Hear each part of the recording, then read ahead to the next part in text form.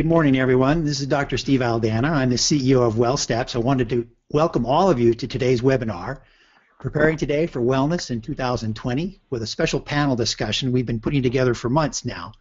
We have about 1,200 people who have registered for today's webinar. The GoToWebinar service will only handle 1,000 at a time, and I'm hoping that some of you forget or don't show up, or we're going to break GoToWebinar. We have a very exciting panel today. We're going to talk about briefly what the future is going to look like for wellness from some people who really know. To get started, we have a few administrative ideas to share with you. First off, the slides for today's presentation have been posted online already. The recording of today's presentation will also be posted. All you have to do is go to wellsteps.com, click on the webinars link, and you'll see titled there, Preparing Today for Wellness 2020 is one of our most recent webinar. There you can download the PDF of the slides, and within a couple hours of today's presentation you can actually have the recording also to listen to. All of the phones have been muted, but on the right side of your screen is a control panel, and you can ask questions at any time. Just click on the questions portion of the control panel, enter your question. Since we have 5 panelists today, and as we go along I'll be introducing everyone, if you have questions and you want to direct one of those questions to one of our panelists, just say, hey, this is for Dr. McAllister, or this is for Dr. Seth. You tell us who you'd like to ask the question to. Otherwise, we'll throw it out to the group. Dr. Troy Adams, my partner, is looking through questions during the meeting. We already have several have been submitted via email, and we'll get to those at the very end of the presentation. The agenda today looks like this. We're going to start off with some introductions, and we're going to turn about 6 to 7 minutes over to each of our panelists. Let me do a brief introduction to why we're here and who we're listening to today. As we prepared for the webinar and we came up with a topic, the idea was who really is in a position to share with us what the future of worksite wellness and population health management is going to look like. So I went back to my Rolodex, and Dr. Adams and I sat down, and we really thought hard about who we would really trust and who we really believe could give us a good vision of the future. This is a who's who of wellness in the United States, and we've come up with 5 that we think represent a diverse group of diverse opinions who really understand where all of this has gone up to this point and where it's going in the future. So brief introductions to this. First off, Dr. Tom Perry. Tom is the president of Integrated Benefits Institute in San Francisco. It's basically a collaborative supported by 790 employers, insurers, healthcare providers that do research, modeling, benchmarking tools in productivity and time lost, benefits. It's an amazing place. And Tom is on the top of my list as someone who really is dialed into this, who really gets it. He's been involved in a long time. He's also was the director of the California Workers' Compensation Institute, and he got his PhD at UC Berkeley. One thing you probably don't know about Dr. Perry, he actually likes to fly fish, and he's going to Kamchatka Peninsula in Russia to go fly fishing. If you don't remember your Risk game, Kamchatka is that one in the corner of Russia that nobody can pronounce. That's Tom Perry. Next we have Ryan Piccarella, who's new as the president of WellCOA. And I've been working with WellCOA for years. I know from a fact from David Honeycutt, the former president, that there were hundreds of people who applied for that job. And Ryan was picked from who's who of wellness practitioners to run WellCOA. Having worked with Ryan already in the past, I'm extremely impressed.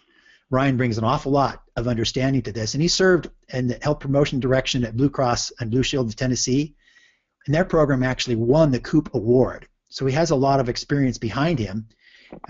Ryan got his graduate work at the Tennessee Chattanooga campus, and he may not admit it, but a while ago his wife and 5 others actually got stranded on an atoll in the South Pacific with no electricity or running water. They actually had to crack coconuts to survive.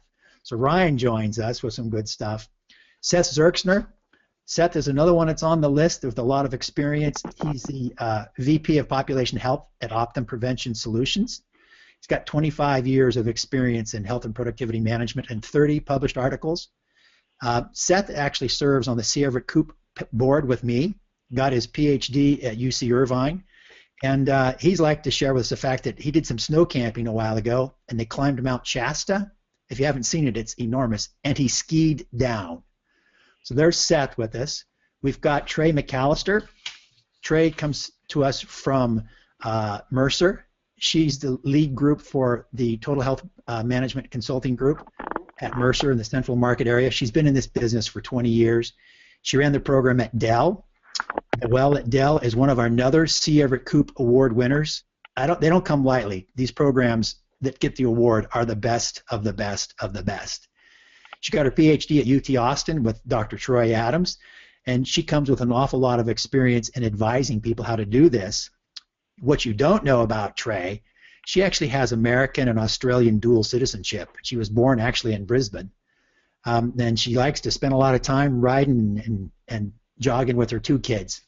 Lastly, we have Paul Terry. Paul is the Chief Science Officer at Staywell, where he directs their programs and research. He actually spent 9 years as the CEO of the Park Nicollet Institute in Minnesota. A Fulbright scholar. This guy has been around forever. He's the best of the best of the best. It's been a pleasure to know Paul for a long time. He got his PhD at University of Minnesota. And we're glad to have Paul. He's going to be joining us a little bit later this morning, and I was going to tell you something interesting about him, but I think from his slides he's going to share it with you on his own, and it's pretty scary actually.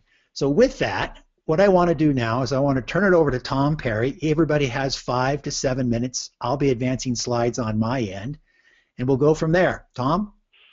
Thank you very much, Steve, and 5 to 7 minutes isn't much, so we'll cover a lot of ground. And I want to really talk about this from perhaps a larger perspective, because we know that the healthcare environment is changing rapidly. So I'm going to talk about this issue based on the things that employers need to consider as they develop their wellness programs. And I think the first thing, and perhaps one of the most important things, is although we talk about wellness as a program and that employers have all these different silos, step back from an individual program approach, and particularly step back from thinking ROI is the key thing you have to do, and first address the question, what in my organization is having major influence on the health status of my workforce, and how can I influence those factors? So for example, if you work in a company with a toxic health culture or a plan design that doesn't support prevention and adherence, you'll be really hard-pressed to develop a good wellness program and be successful.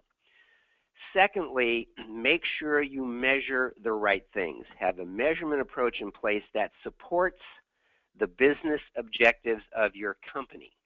This is one of the biggest mistakes that employers make in healthcare, is they have no idea what the key business metrics their senior leaders are focused on and how what they do supports those business metrics. So spend time with your senior leaders talking about what they're trying to achieve, and then put your wellness program objectives and outcomes in that context so they can understand how you're part of their business strategy and not some separate program that is just driving costs for the organization. We did a case study with MGM Mirage several years ago about their wellness program.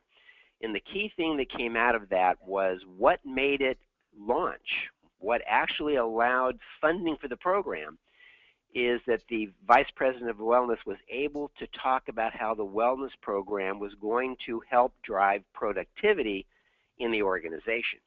Now, in talking to the CFO after about a year, he said the mistake we made was we didn't think clearly about measuring the right things. We weren't in a position to, after a year, come back and say, and here's what we've achieved based on our program.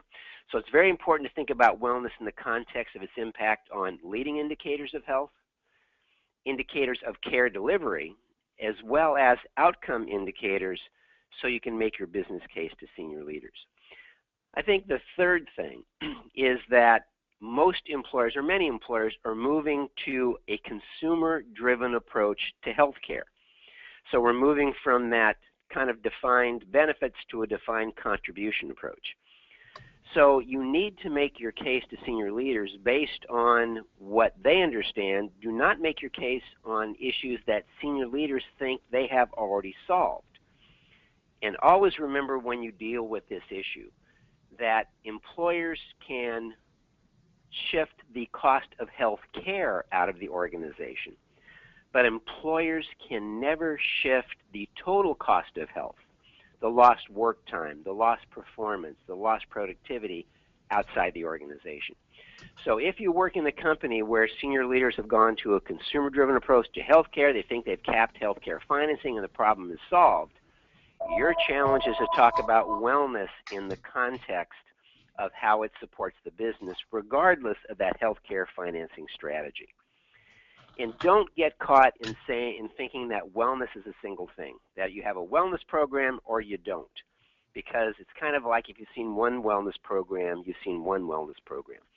Always remember there is a tremendous amount of good peer-reviewed research showing that healthier employees have lower medical costs, they miss less work, they're more highly performing at work. So the question here is, how is the wellness program going to produce and deliver health?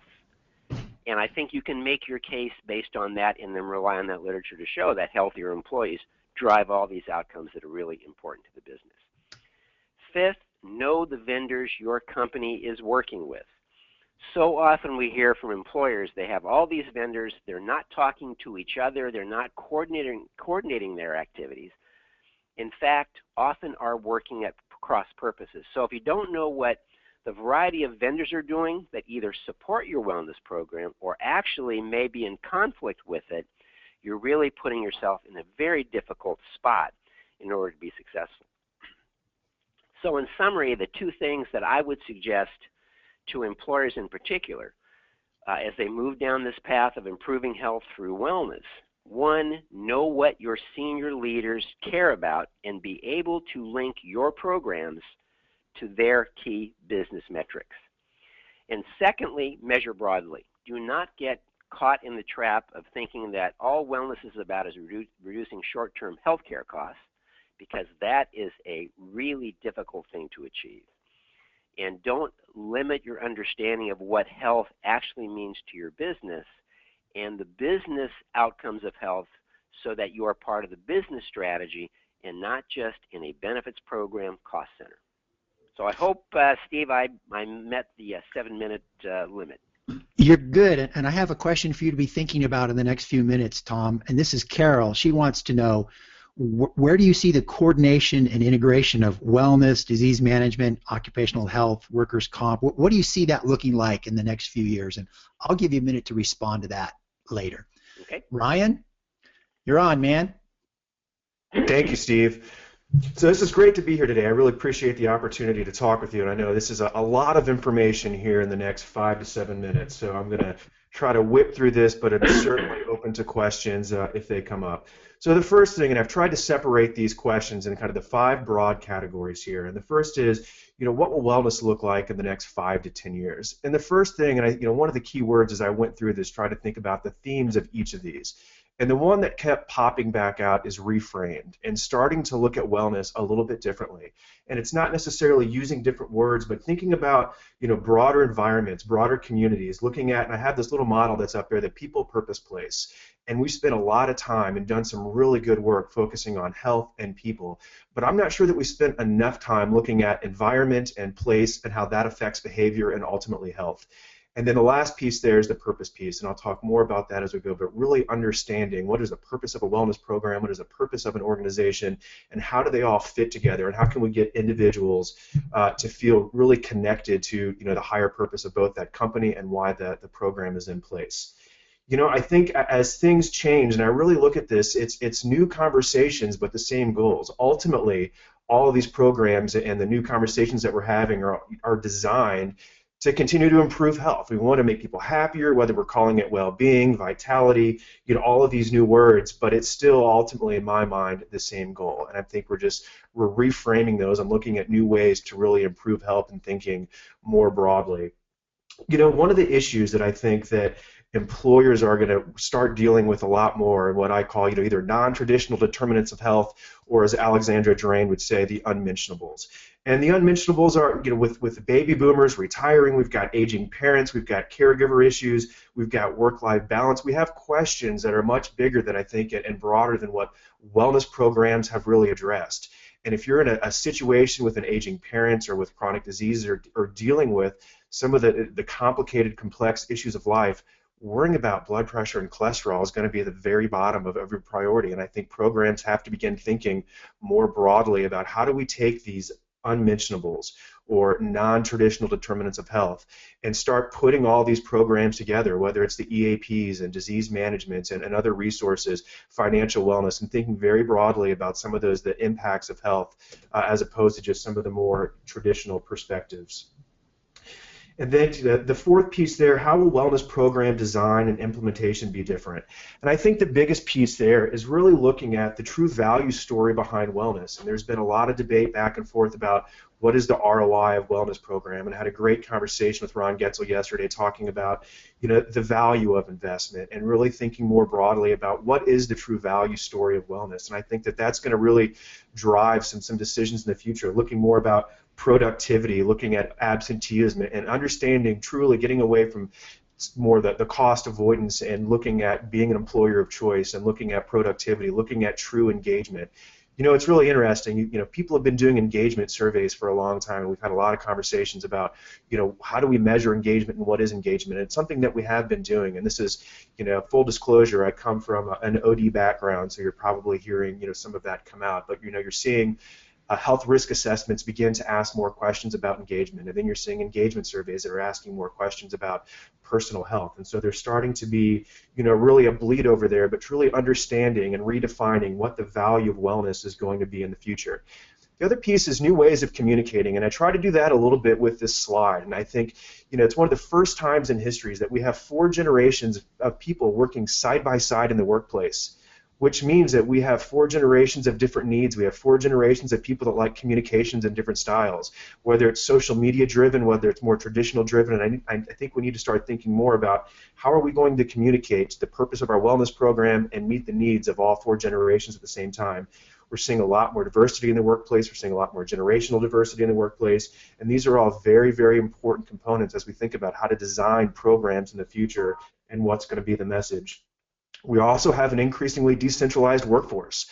How do we reach people in their homes? How do we help people, live or achieve their goals in environments where we don't have the captive environment? Again, I think all challenges in the future, but great challenges. And thinking about the marketing and the communication piece is going to be very, very important.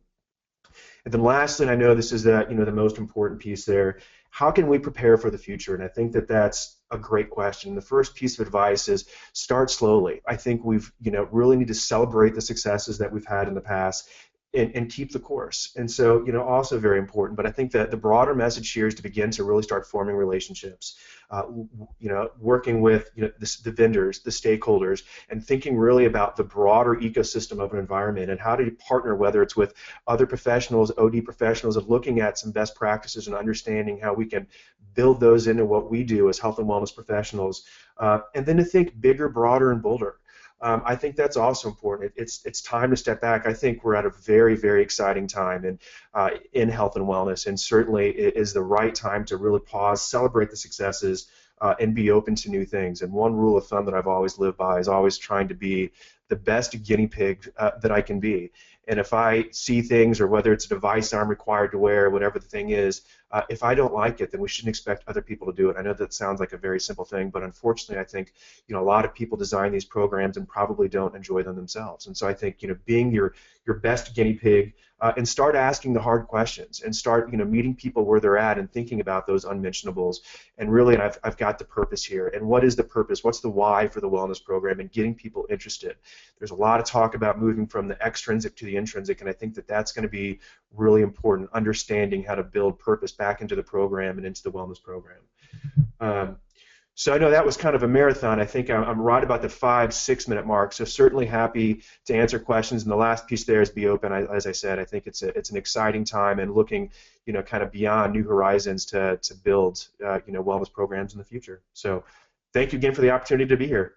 I love your comment about being the best guinea pig. I think that's a fabulous mantra to live by. Next, we have Seth Zerksner, Dr. Zerksner.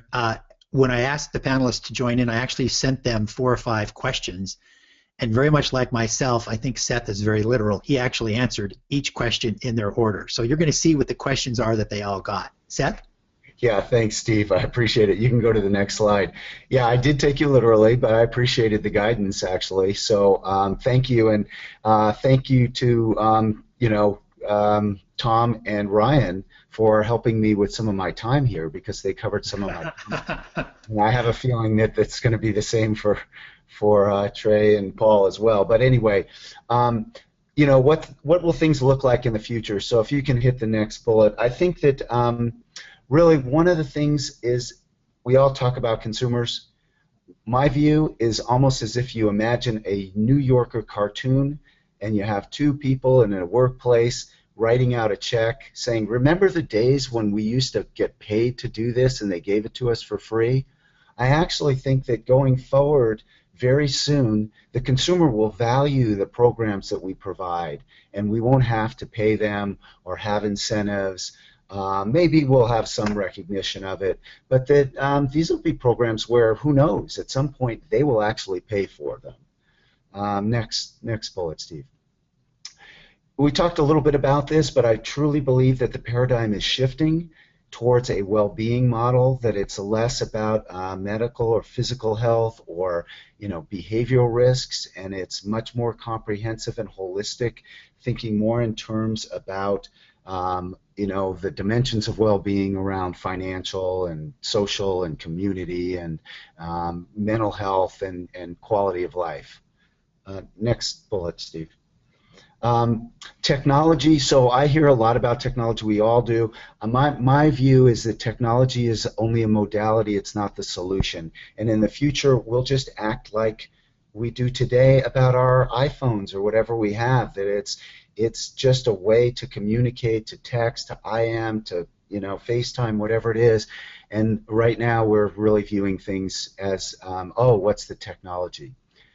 The shift, Ryan touched on this, I think others will too. I'll actually move from ROI to VOI to behavior change. I think we're going to talk a lot more about how are people changing their behaviors, their attitudes, their mental states. And then ultimately, I think culture will be king. I can't tell you, I'm at a big conference here today for a leading organization, and they're just talking about culture. So I think in some ways wellness programs will just be part of the culture, and that there'll be a lot of focus on that. Next slide, Steve. So how will the worksite, yeah, you can do the build. How will the worksite wellness professional be different in the future? So I view us all as behavior change experts, and it's interesting because oftentimes I don't hear that as the lead. We're all about behavior change. We need to be focused on that. We need to be aligned with the healthcare system. It's a very changing system. So how are we helping providers change their approach to culture, to population health? How are we working with the payer systems, new populations, Medicare, Medicaid? Data enabled, I would say, of course, everybody talks about this fairly glibly, but the profession is going to be much more data driven. There'll be individualized programs, services, strategies. The funding mechanisms, as I said, consumers will pay, different payers through the exchanges will pay, the employers will pay some, but there may be new sources, government, so big differences in terms of that. And then I really do view that it will be an accepted part of the business strategy. So right now leading companies view their wellness as part of their how are they going to achieve their revenues? How are they going to achieve their business retention, their customer satisfaction? So I see it as a broader approach. I see coaching as being much more inspirational and a little less about the specifics of the skills themselves. Next slide, please. So what wellness-related issues will employers be dealing with? I think more of the same issues when it comes to risks and conditions. There's a lot of demographics that will be driving this as we have aging populations. We all know about the obesity issue, but again, that will drive what will happen is we'll not only see diabetes and heart disease in the populations that are higher prevalence, but we'll see them earlier. We will have in the past never seen the kind of heart disease in a 28-year-old that we will see going forward, the kind of joint and musculoskeletal problems that we'll see associated with obesity, and as well as probably some other unintended mental and social consequences. I think we'll see a huge focus on quality of life. That's what people really care about. Are they happy? Are they engaged? Are they able to fulfill their sense of purpose? And I think there are measurements already going on in that area. And then I think human performance is really where we're moving in many cases. How do we help people be the best they can be? What's the optimal level of their physical and mental states? Can they be focused? Can they be creative? Can they be really dynamic in their interactions in the workplace, at home, and just performing at an optimal level? Next slide, Steve. So how will wellness program design and implementation be different? I think the technology that I mentioned and the data integration focus is going to be huge. So we have all these different devices, but they're all on different platforms. They need to be integrated. They need to be talking to each other. It needs to be a seamless experience, and I think that'll happen. It's happened in other industries, travel and finance. It needs to happen in healthcare.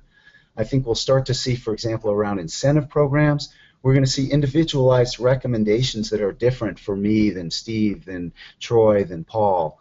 We're going to see things that are much more consumer-oriented, and we're going to see programs driven by what the success metrics are. So we talked about engagement is a big success metric, productivity, as there's less focus on healthcare costs as one of the primary rationales. Next slide, please. So what can we all be doing to prepare for this vision in the future? You can see what I've listed out here, but be a student of human behavior. You can sense that that's my bias here. Understanding technology and how we can use that to help with behavior change and population health. Contribute to the evidence base. Create case studies. Write articles if you can. Do blogs. Be part of the database. Know the history. There's a lot here. It's funny. In many cases, people are acting as if we haven't been around very long. We have decades, 3 decades at least, of good evidence base and science, much more in the public health arena here. And then kind of from a personal perspective, from a survival perspective, make friends, maintain relationships. This is a long-term experience. Many of you are joining it, just joining it. I've made some of my best friends and closest colleagues in this industry. They've made me better. Hopefully I've helped them be better. And some people say, find your passion. I say bring your passion. Bring your passion to everything you do and have fun. So I like the picture. I'm assuming that's you on the right, on the bottom there. Yeah, we were having some fun at one of these parties. So Good point. Try to keep to my 7 minutes, Steve. Good job. Trey? Yes, thank you. You can go ahead and move forward to the next slide. As Seth indicated, I think you're going to be hearing some reoccurring themes.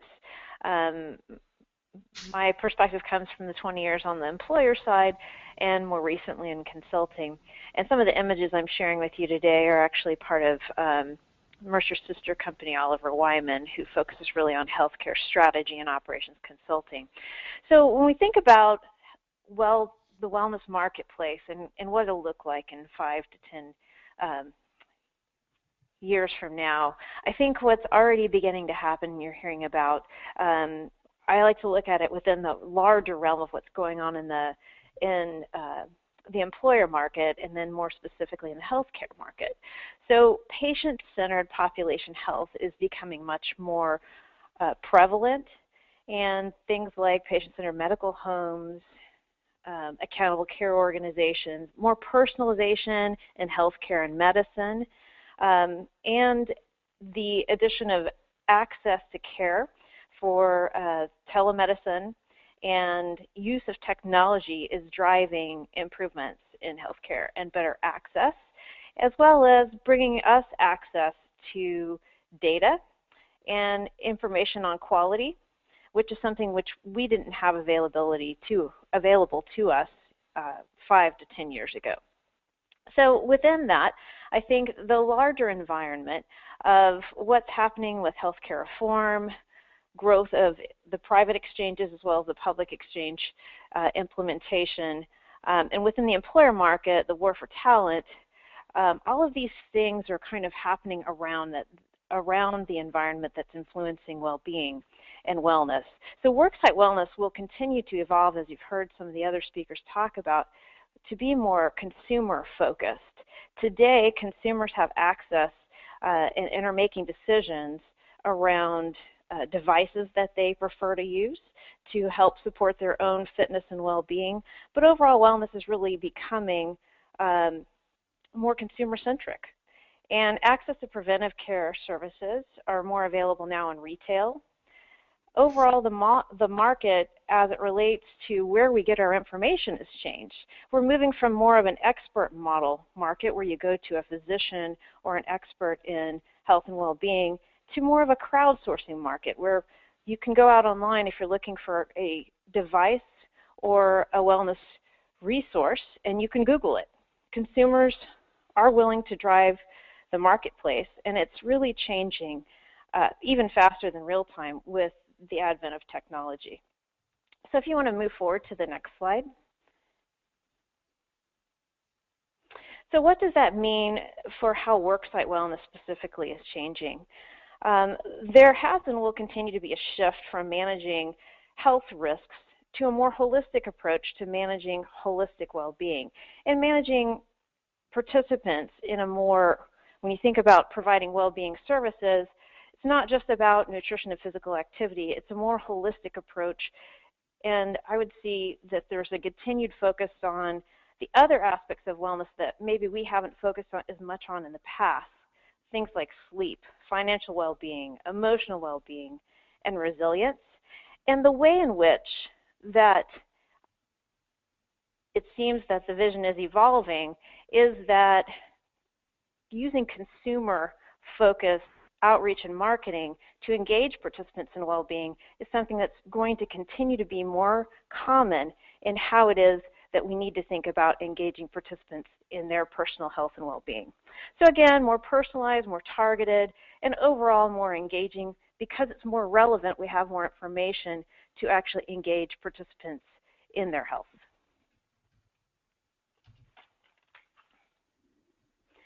What are the wellness issues that our employers are dealing with? Well, part of this is related to the use of technology. And I think what's happened over the years, and it's really been going on for some time, is there's been more of a blurring between work and life outside of work. With a global economy, really now many companies are online and working 24/7, so 24 hours a day, 7 days a week. So this term that I would say Thomas Friedman first used, continuous partial attention, is something of which we're all challenged with, and our participants in our programs are challenged with too. So as wellness professionals, it's important for us to be thinking about how we can take that into consideration in helping to support health and well-being in the workplace. There are more caregivers in the workforce. So stepping back and thinking about how it is that our participants can be engaged in wellness programs when they've got so many different priorities to manage. Some employers are actually changing policies where they are creating a more supportive work environment. Things like flex time, job share, backup care options. These are just the more holistic approach to supporting health and well-being that impacts human capital in the workforce. In addition to that, I think there's new rules that we will need to be taking into consideration with the future of wellness. As the market has moved to more of a consumer-centric market in wellness, the programming that we make available to engage employees in their health needs to be available on demand, completely personalized, having access to and using social connection and crowdsourcing as part of engaging employees in their well-being is important. Linking community-based health and well-being, in addition to just focusing on the individual, can be one of the ways in which we help, from a behavior change perspective, to link up intrinsic motivation that an individual has to make health behavior changes to a greater good or extrinsic. So in other words, if I'm doing something to raise money for a nonprofit for a 5K, I might be more likely to train for a 5K than if I were to get up off the sofa and do activity to improve my own health. So linking to community-based initiatives is a direction that we'll need to be focusing on. Thinking about how we can enable technology to help deliver better programming and making information available to the participant where they're starting from and when it's a good time for them to access that information as well. And then back to the simple health education focus, keeping our programs and delivery simple and intuitive. I think with the last few years' focus on incentive design, a lot of times the focus that the employers have taken has really been communicating to employers that they need to do these steps or jump through these hoops. So it feels like taking action around health and well-being is another to-do item on my task list, as opposed to part of a process that I would like to follow to help improve my quality of life. And then adapting for the culture and the situation that each employer is in that actually helps to make a worksite wellness initiative successful. Move on to the next slide, if you will. So it is critical that we meet people where they are, focusing on wellness on demand, that we allow them to engage on their terms. There's personal preferences as it relates to how that participants like to engage in programs. So flexibility and customization is critical. Being able to stay on top of innovation is also going to be critical to our success as wellness practitioners. Maintaining a knowledge of the market, which is rapidly changing with many new players, and even some of those players coming from the consumer side of the market now entering into health and wellness. Becoming a change agent, and you heard actually Ryan talk about this and Seth talk about this as well. The successful programs are those that have been persistent at integrating health and well-being as a part of their organizational culture. So that's critical, just like initiatives that focus on in an organization sustainability or quality management or Six Sigma. Wellness and well-being needs to be a pervasive part of the organization in order to have an impact on the population health. Leveraging technology is critical, and using social programs, so social connectivity, peer support to engage participants in programs has actually been seen as a critical impact to drive engagement in programs. And then finally, keeping those programs simple and intuitive and personalized and engaging. So with that, I'll turn it over to our next speaker. Thank you. We've got questions pouring in as we speak. Paul, did you have any luck joining us today? I am here, Steve. Can you hear me okay? Welcome. I know you're by phone joining in, I think, and you just came off the stage right now, but we're excited to have you. I'm excited to be here. I've been able to hear everyone but Tom. Sorry about that, Tom, but I am so reminded why I enjoy every day coming to this line of work, that our speakers are laying out exactly why I love the work we do. I hope everyone's enjoying it as much as I am. Let me start with a quote, Ryan, that comes to mind when you said it's really we got to get better at understanding the why. E.B. White, who mostly a children's book writer, wrote Charlotte's Web, for those of you who read to children. He said, if the world were merely seductive, that would be easy. If it were merely challenging, that would be no problem. But I arise in the morning torn between a desire to improve the world and a desire to enjoy the world. And that makes it very hard to plan my day.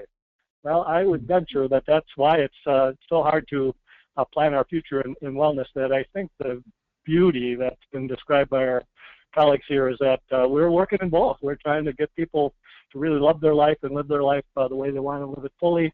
And at the same time, we do have a real professional duty to support others in health improvement to the extent that it allows them to live their life. So if there's any difference I might have with our speakers as I've listened so far, it would be that I tend to hear a bit of an either or a shifting kind of phenomenon or prediction, where I really feel that our opportunity is in the both and category. If you look at that first risk reduction and well-being slide, Stephen asked me to suggest something that no one knew, and I bungee jumped off the Zambezi River Bridge in Zimbabwe. This was just before it made international news when the bungee rope broke and this poor woman fell down into the crocodile-infested Zambezi River.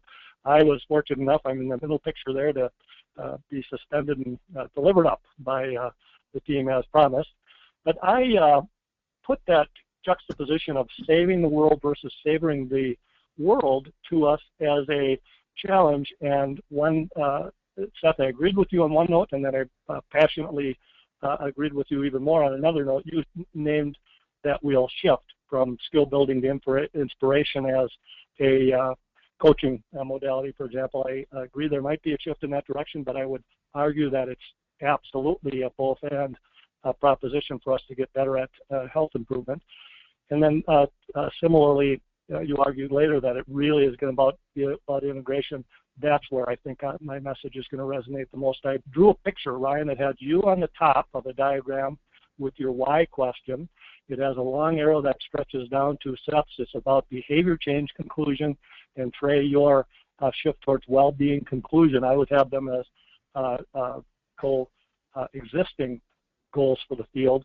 But then I juxtapose both skill building and culture along that pathway as what it's going to take to get there. I think it's happening macro in the country with people like Amazon, not just staying with their expertise in delivery modalities.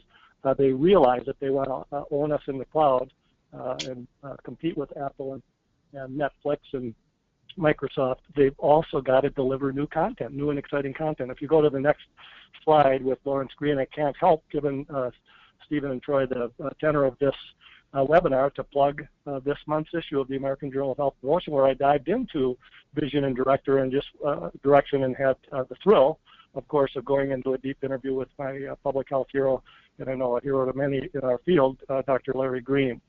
And his phrase that he teased would probably be on his tombstone is, if we want more evidence-based practice, we need more practice-based evidence. And as I listen to our colleagues here, I also hear a call to practitioners to really apply where we see the direction going and not await the researchers, but really start informing the research community. We're doing it already with the massive natural experiment, which is incentives around the U.S. Kevin Volpe said it's one of the first times he remembers seeing policy and public change running ahead of research, and I agree with that.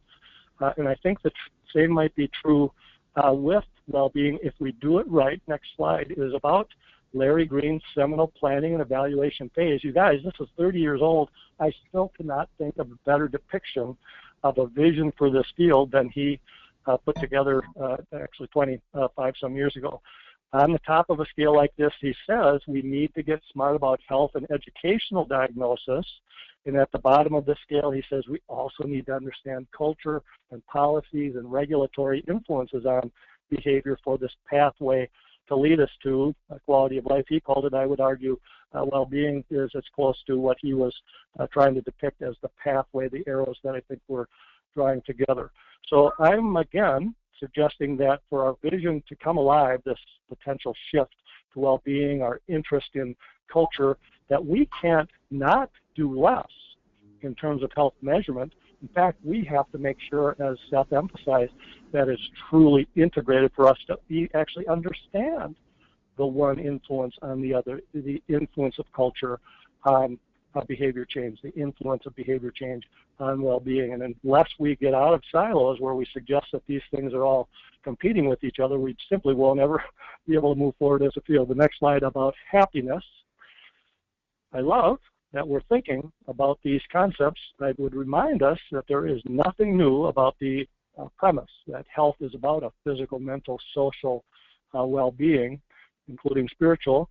The very founder of the name, the coiner of the name wellness, is a guy named Halbert Dunn. He wrote a book named High Level Wellness in 1961. He was a statistician for the Bureau of Health Statistics. Get some of the chapters of his book. Maturity and wholeness, the dignity of man, relativity, purpose, and human destiny. So what I think, next slide, is that we need to look at models like Cleveland Clinic who are really showing some extraordinary progress on the metric side in terms of health improvement, and better marry those kinds of metrics, what they say they're doing, but I don't think they're deliberately integrating with research, and that is they name, the policy changes, they name the programs they're trying, they name the incentives that they're testing, but I've not yet seen them or anyone else really do these side by side. So the last slide, Trey, actually builds on your point that we need Six Sigma-like, industrial strength-like measurement. When I think about how we're going to be different in the future, what skills we need to pull this all together, it really is industrial strength, Kaizen-like comfort among our practitioners with big deal metrics and monitoring. It is so short-sighted, in my view, when I hear people argue for, well, let's just do culture and let's do less health assessment because that's downstream and irrelevant, and culture is really going to be what makes the difference. Unless we deliberately connect a value stream map that shows whether or not, first of all, we can change culture, that offers our future some standardized measures of culture like we already have with health assessment, and then take those measurements using industrial strength tools like Kaizen to connect the dots between culture, policy change, health behavior change, and this idea of well-being. Once we better define it, that's when we're going to understand the interaction between all the same. So I'm going to leave it at that. And again, thanks for the invitation. Thank you, Paul. Troy, we're going to bring you on with some questions here in just a minute. Tom, let's bring you back on again. And this question that was submitted by Carol. Where do you see the integration, coordination of wellness programs, disease management, OC health, and workers' comp? Give us a couple of thoughts on that, Tom. Okay. I guess I would say I've been doing this now for 20 years or so, and in the early days, the discussion was integrating the silos. That is, kind of having one part of the organization did everything. And I think what we see now is all about integrating data. And I think employers realize it's all the same people that all these different programs are trying to touch. So I would say really three things. One, integrate data at the individual or employee level across programs and across time.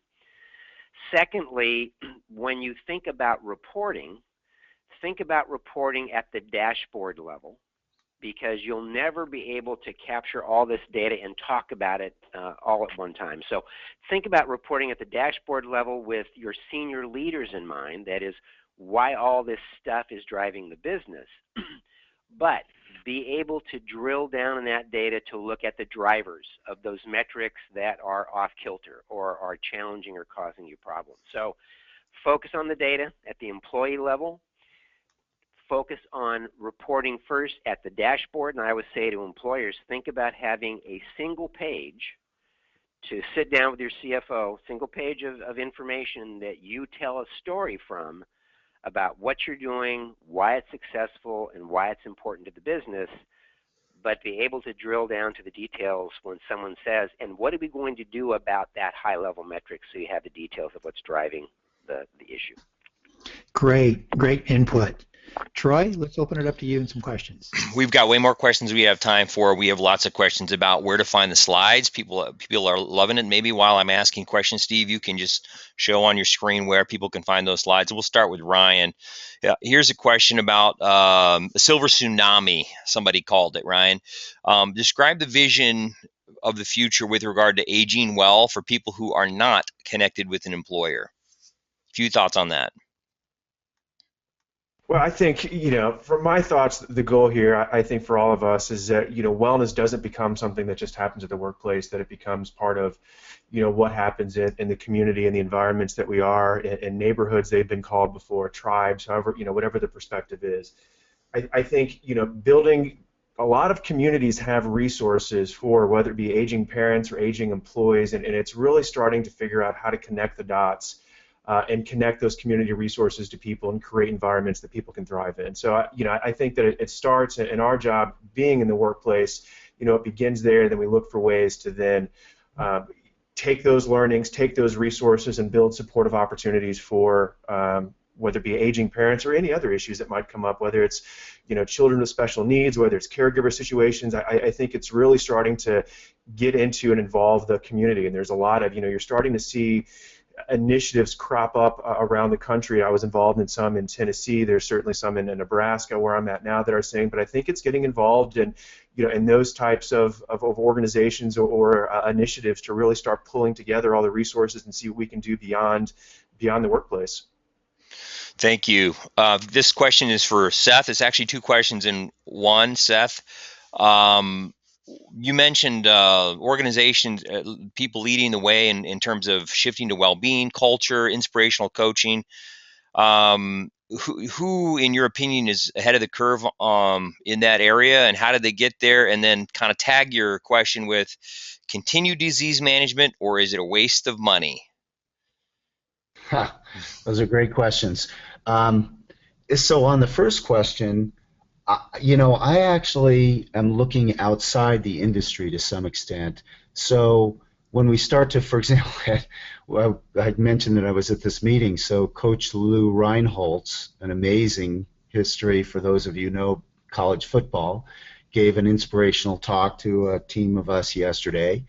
I think we can look outside our particular health promotion field for inspirations of people who can help others be motivated and change their behavior and basically be, the best that they can be, and help them with understanding what motivates them, how to motivate each other.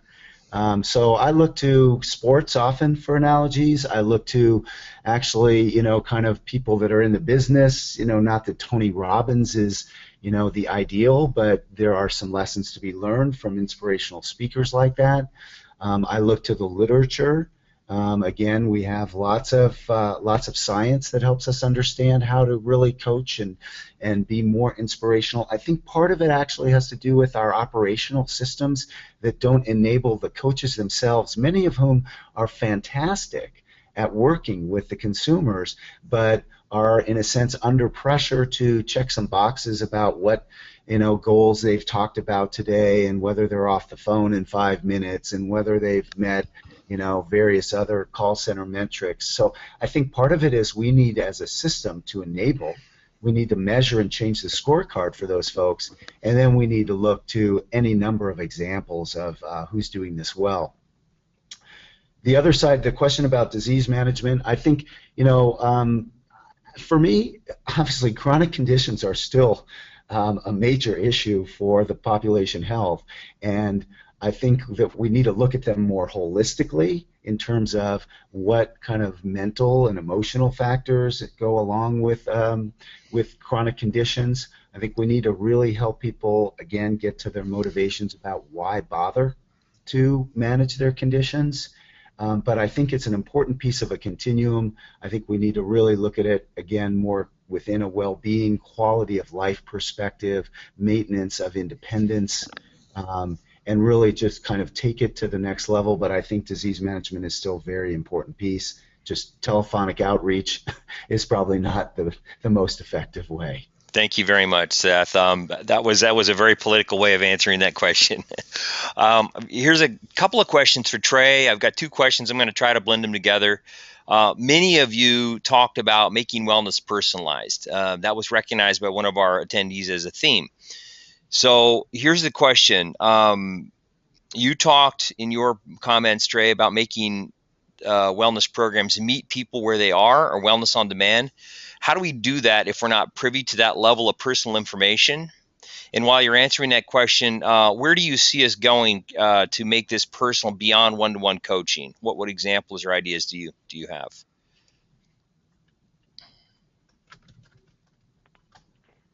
Okay, thanks, Troy. I think the challenge of being able to personalize programs, if you don't necessarily have access to information of where people are starting from, I would try to encourage you to get at that, either that be through, organized focus groups to understand where your population is so that you can have a better idea of where they are, and so that can help you move them forward with putting in place initiatives to support their well-being.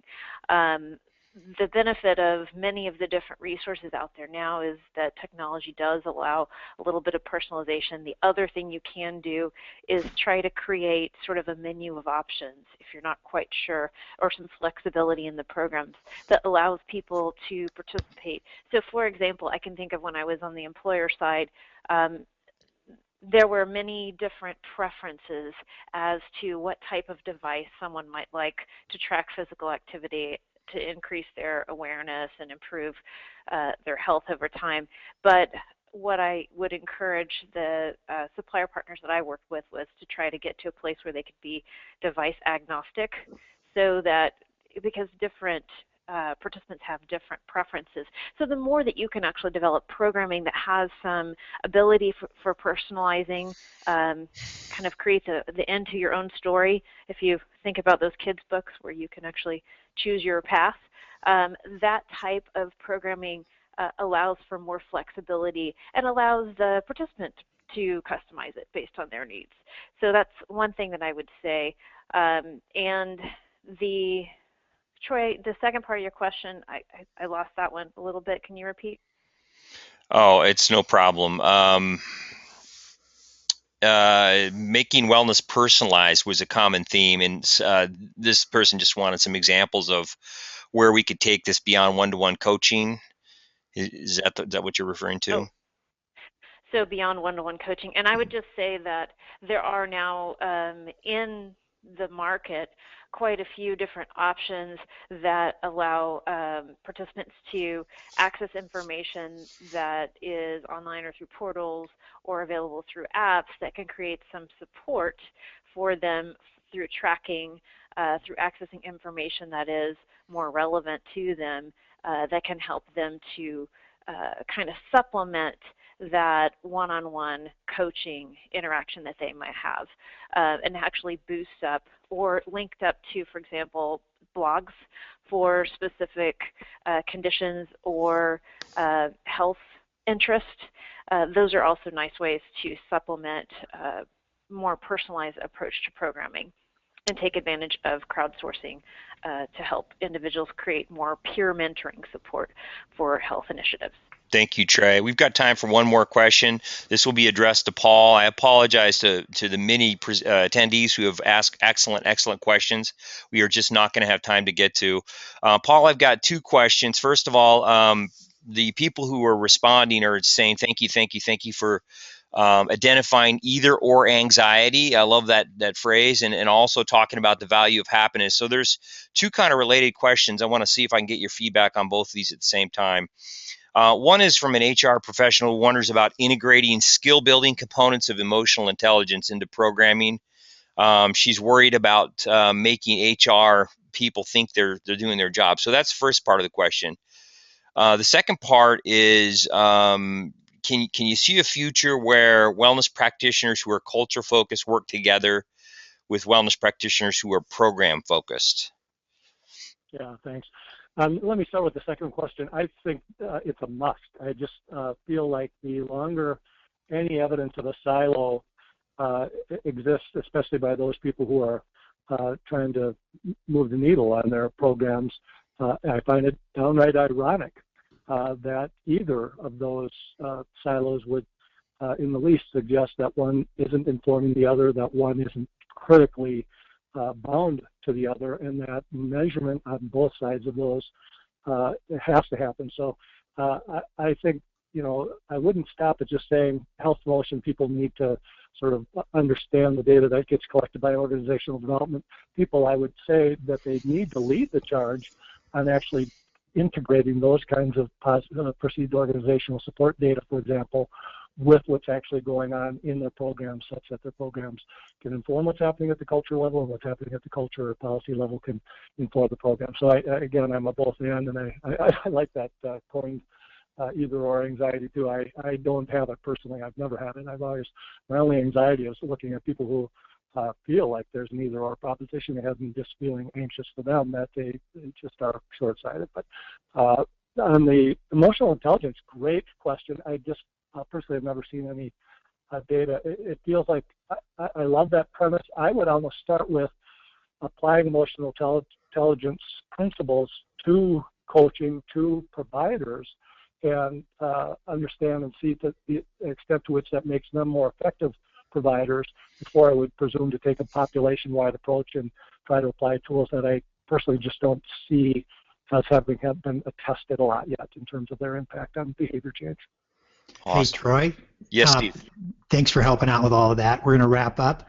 We'd like to thank our panelists and everybody for joining us today. Just a reminder, you go to the webinars link at wellsteps.com.